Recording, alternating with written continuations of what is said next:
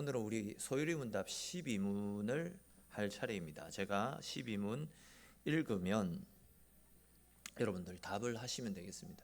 이게 이제 책에 따라서 조금 내용이 살짝 글자가 조금 다른데 내용은 똑같습니다. 그래서 제가 읽으면 답을 하시면 되겠습니다. 사람이 창조받은 지위에 있을 때에 하나님께서 저를 향하여 섭리하시는 중 무슨 특별한 행동을 취하셨습니까?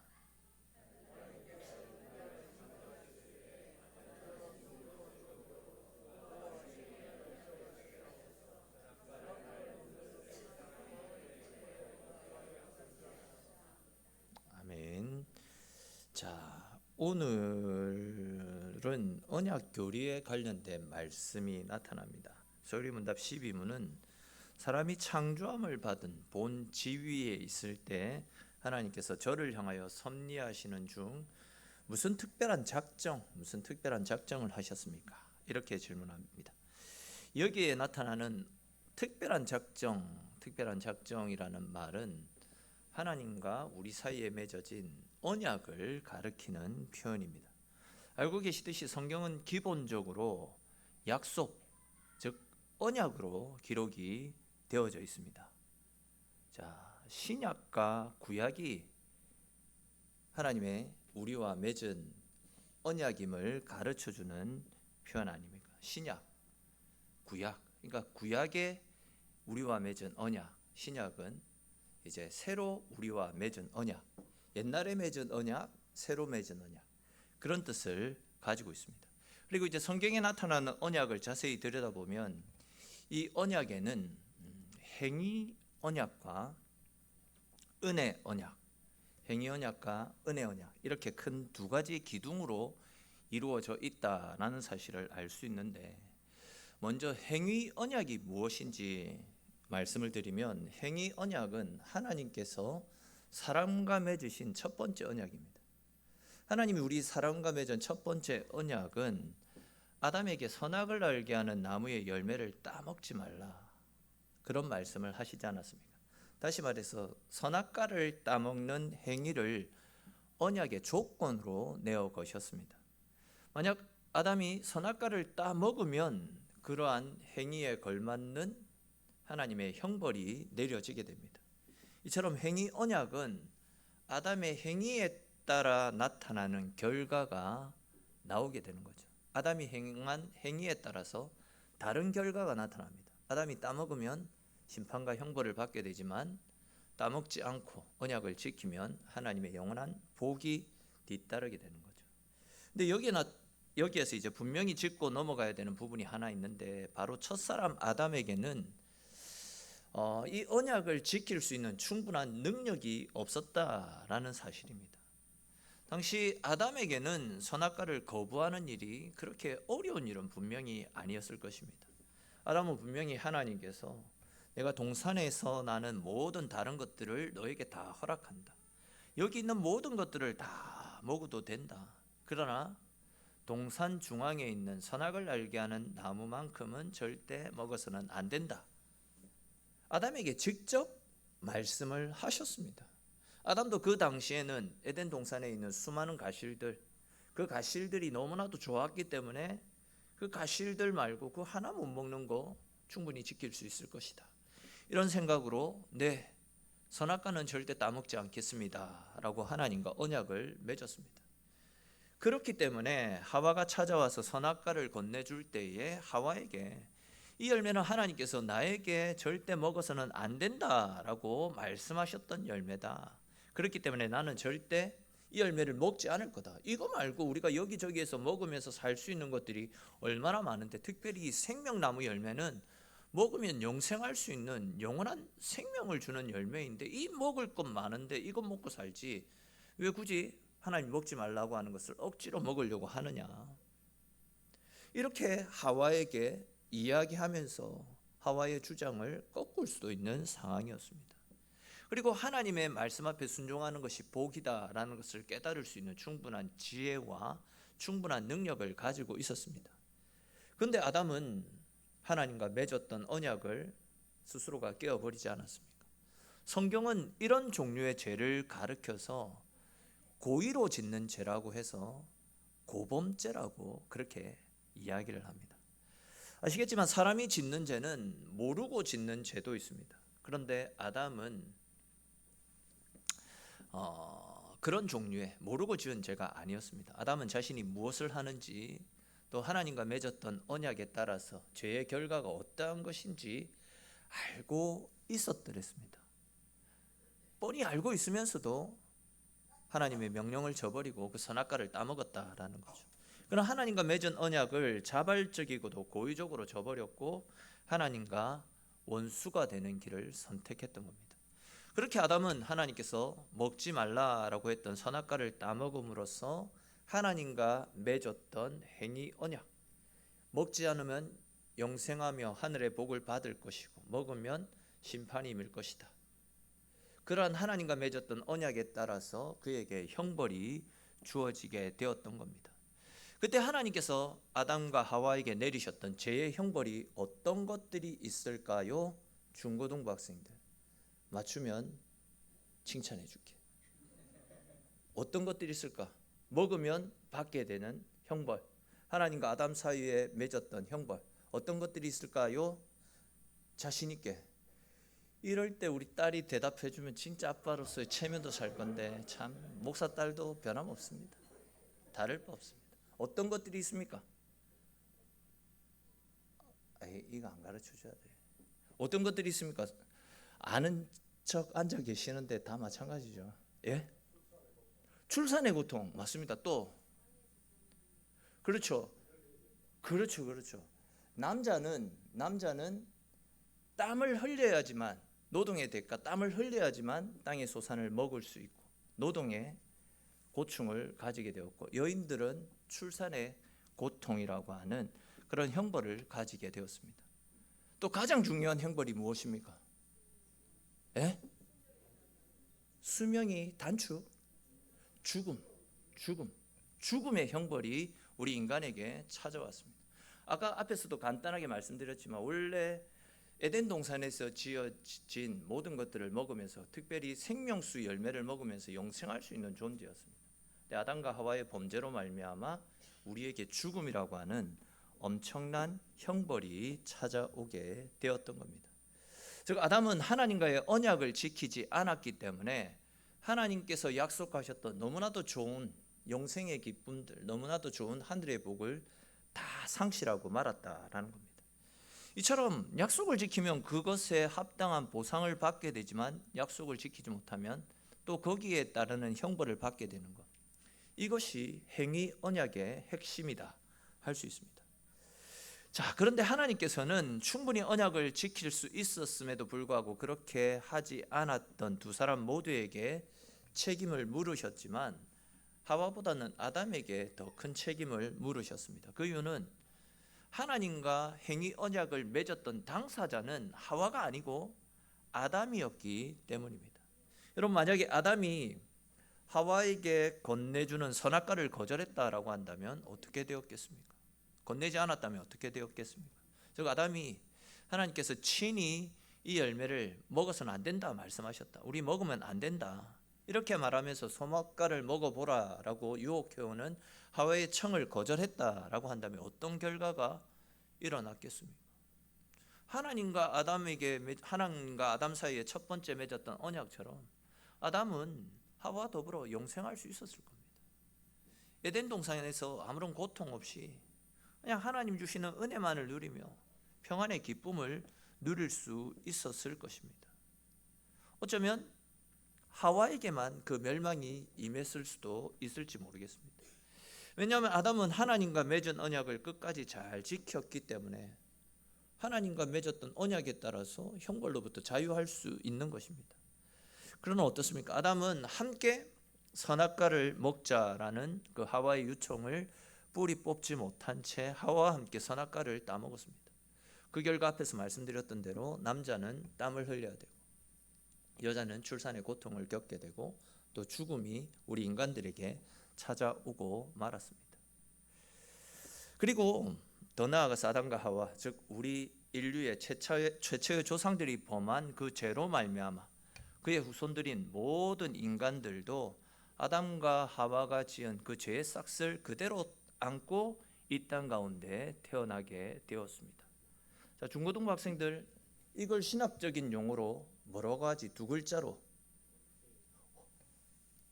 지혁이, 너희 어머니 누구시니? 역시, 예.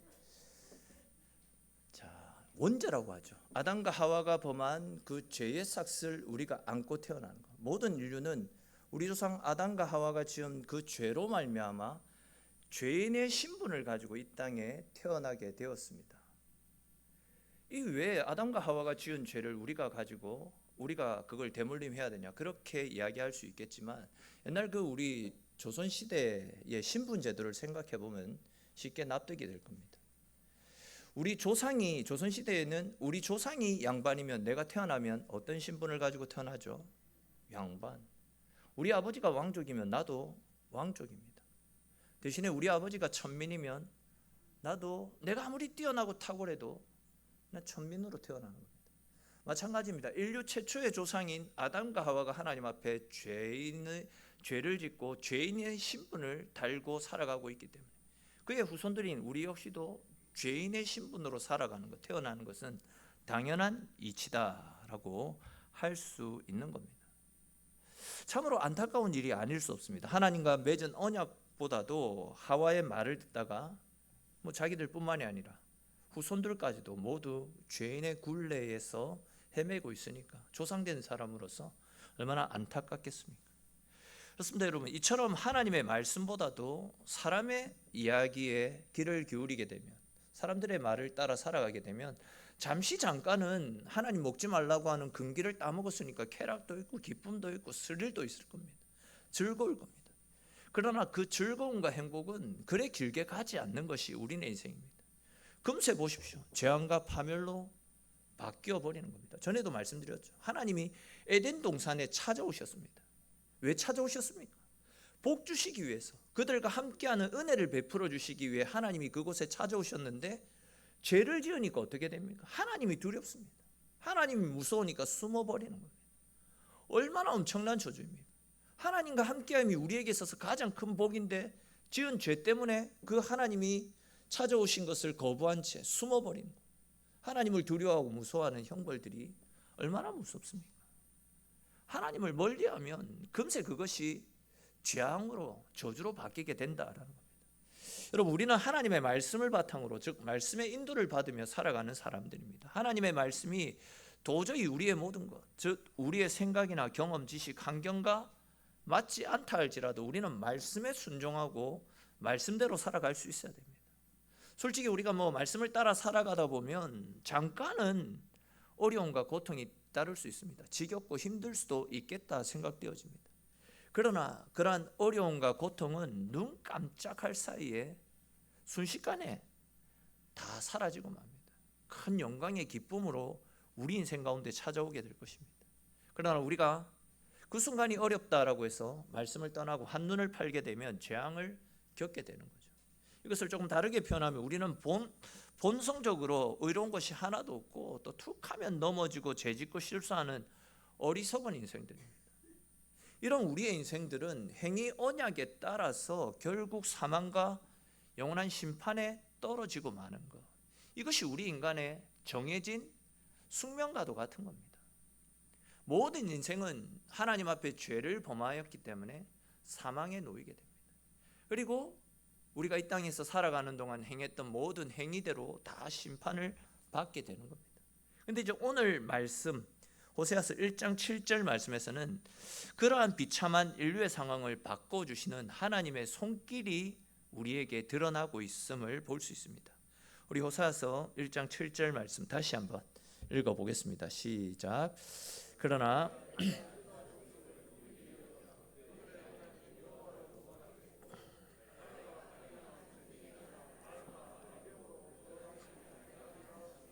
아멘. 잘 아시는 대로 호세아서는 호세아 선지자의 아내 고멜이 자기 남편을 버리고 떠났지만 하나님께서 호세아에게 그녀를 용서해라, 가늠한 너의 처 고멜을 다시금 너의 아내로 맞이하라 라고 들려주시는 말씀이 나타나고 있습니다.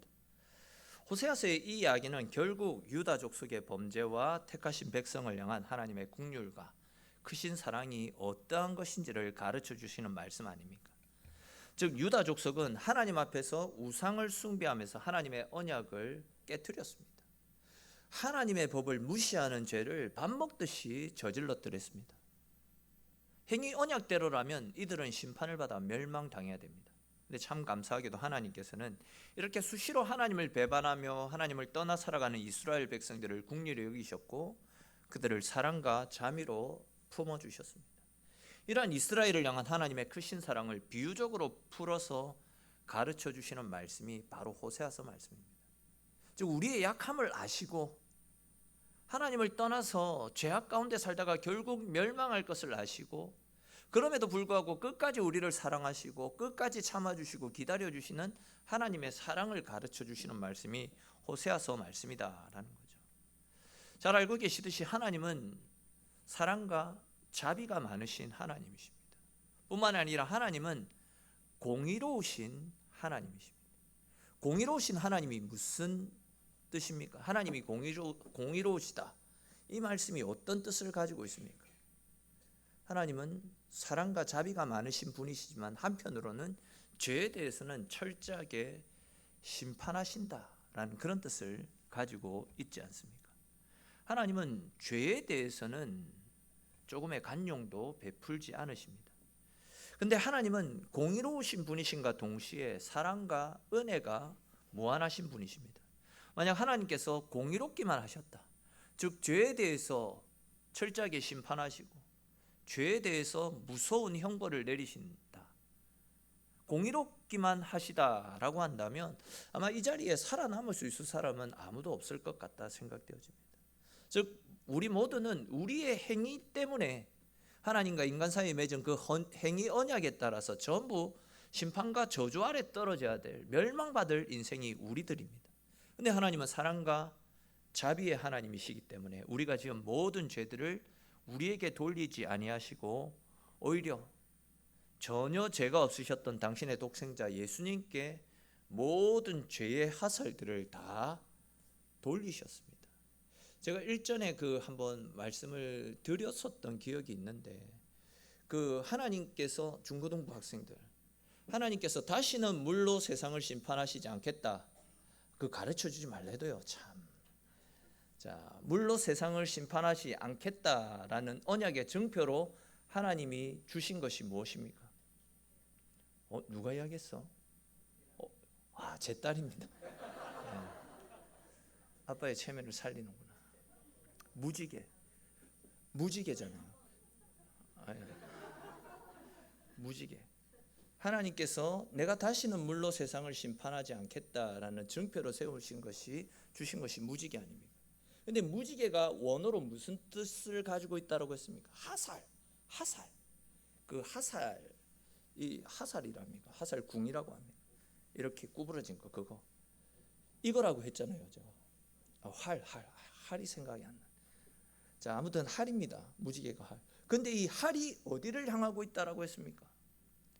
죄를 지은 우리 인간이 아니라 하늘로 향하고 있지 않습니까? 우리가 죄를 짓더라도 그 책임을 우리에게 물리지 않고 하나님 당신에게 죄의 하살을 쏘시겠다. 당신이 그 모든 죄의 값을 대신해 주시겠다.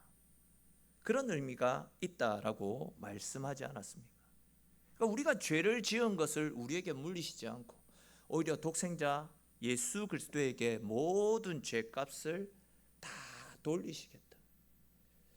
그런 하나님의 약속에 따라서 예수님께서 십자가에서 대속의 죽음을 죽어주신 것 아닙니까? 우리가 연약하지만 죄로 인해서 멸망받을 인생이지만 그런 우리를 사랑하시고 우리에게는 죄값을 묻지 않고 독생자에게 그 죄값을 다 지불하게 해서 우리는 살려주겠다.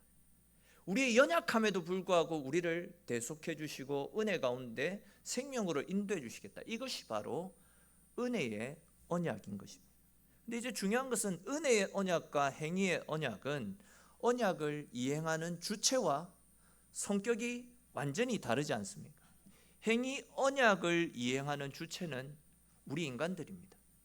그렇기 때문에 우리의 행위에 그 초점이 맞추어지게 됩니다.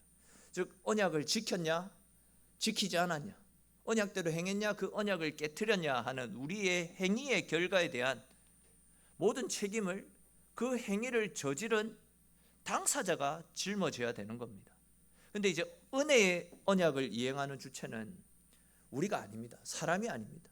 하나님 우리가 절대 그 언약을 지킬 수 없다는 것을 아시고 하나님이 대신 우리의 대언자 중보자가 되어주셨습니다.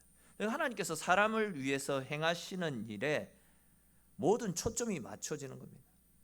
행위 언약은 우리가 어떠하느냐에 따라서 결과가 달라지지만 은혜 언약은 모든 결과를 하나님이 다 짊어져 주시겠다. 그것이 은혜의 언약이다라는 거죠.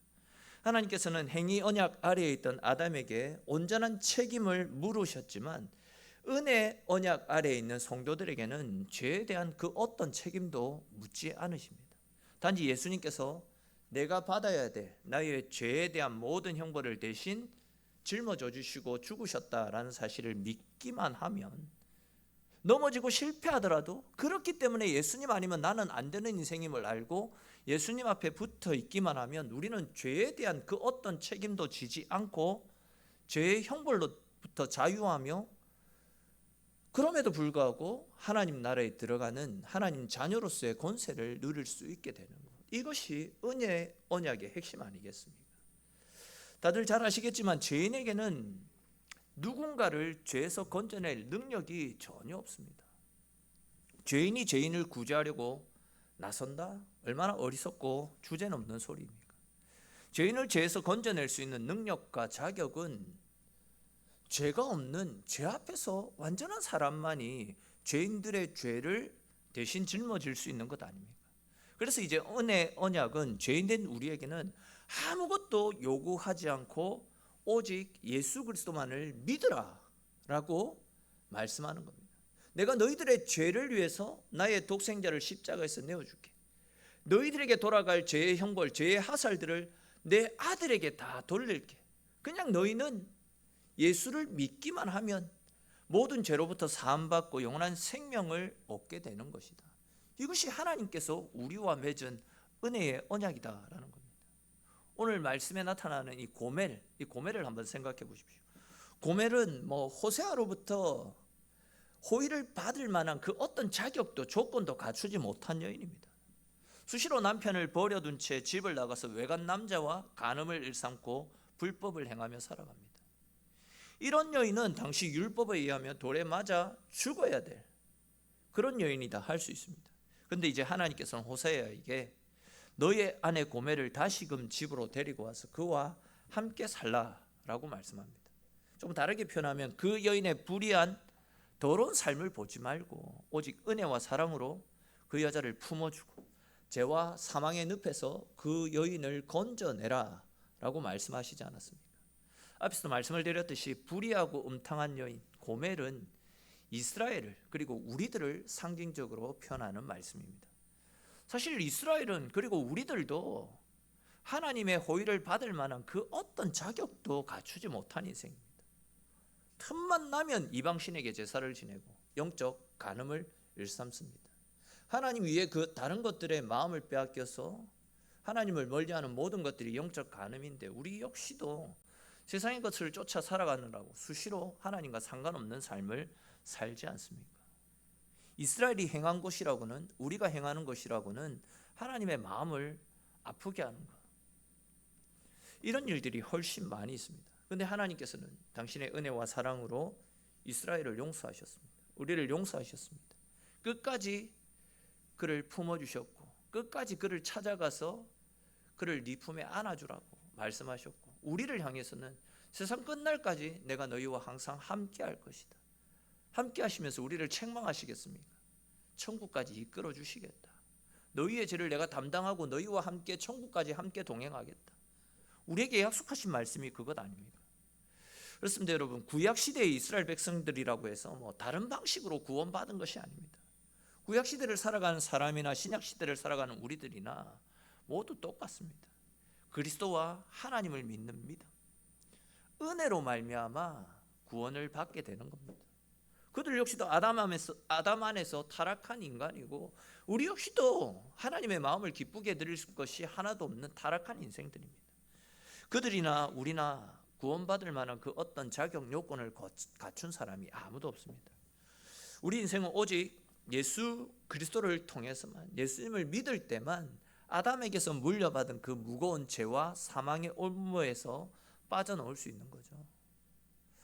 우리의 이런 불의를 향한 하나님의 진노는 예수 그리스도 안에서 더함이 없는 엄청난 은혜와 긍휼로 바뀌게 되었습니다. 그 은혜 안에서 믿음으로 살아가는 사람들은 누구라고 할지라도 예외 없이 모두가 구원의 은혜를 받아 누릴 수 있게 되는 겁니다. 또한 하나님의 특별한 돌보심과 사랑 안에서 살아갈 수 있게 되는 것이죠. 여러분, 이제 이 말씀들을 우리 자신에게 한번 적용을 시켜봅시다. 우리는 아담 안에서 타락한 죄인이잖아요. 우리는 태어날 때부터 원죄라고 하는 죄를 가지고 태어납니다.